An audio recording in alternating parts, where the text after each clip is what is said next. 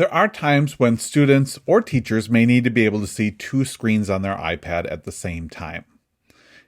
For a long time, this was not possible on the iPad, but now it is a possibility with two different choices of options on the iPad, either slide over view or split view.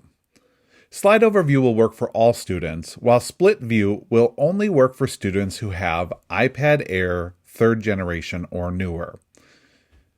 For the case that I'm going to use today, though, both options work and all of our students should be able to use slide over view. So in this use case, my teacher is wanting to do a Kahoot with me. But the way that Kahoot works, I will only be able to see the question and the answers on the teacher's screen. So in our practice today, our teacher is going to be using WebEx Teams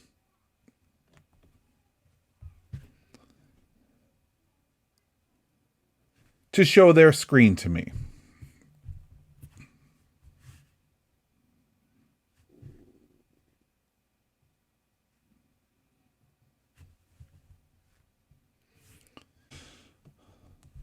So let's demonstrate how to use slide over view. The first thing to understand is that slide over view, you have to identify what it is that you'd like to have open side by side. In my case here, I would like to have both Safari and WebEx Teams open side by side. Then I need to make sure that at least one of those, the second one that I'm going to bring up on the screen, is available in my dock. Well, you can see that I've already got Safari available in my dock. I'd like to add WebEx Teams. So I'm going to tap and hold until I can move it around on the screen. Then I'm going to slide it down into my dock, and as you can see, when the apps move over, there's space for WebEx Teams to be there. Now I'll hit the home button, and all of the X's will go away, and they'll stop jiggling. Great. Now we're going to enter into slide over view. So I'm first going to open the first application that I want to see on my screen. I'm choosing Safari. Great. Now I'm going to open the second application, and I do so by sliding up from the bottom of the screen.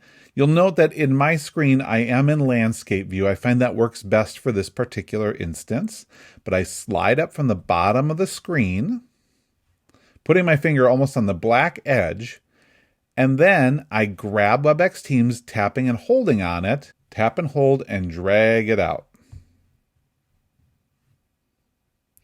Now, once I've got that little card available under my finger, I can move it around. I can drop it.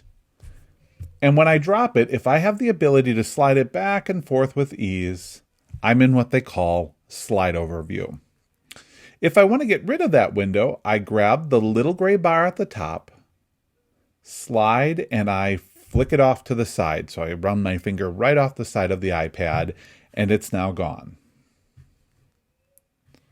Show it one more time, so I'm going to drag up from the bottom, tap and hold for just a second on Teams, and then drag it out.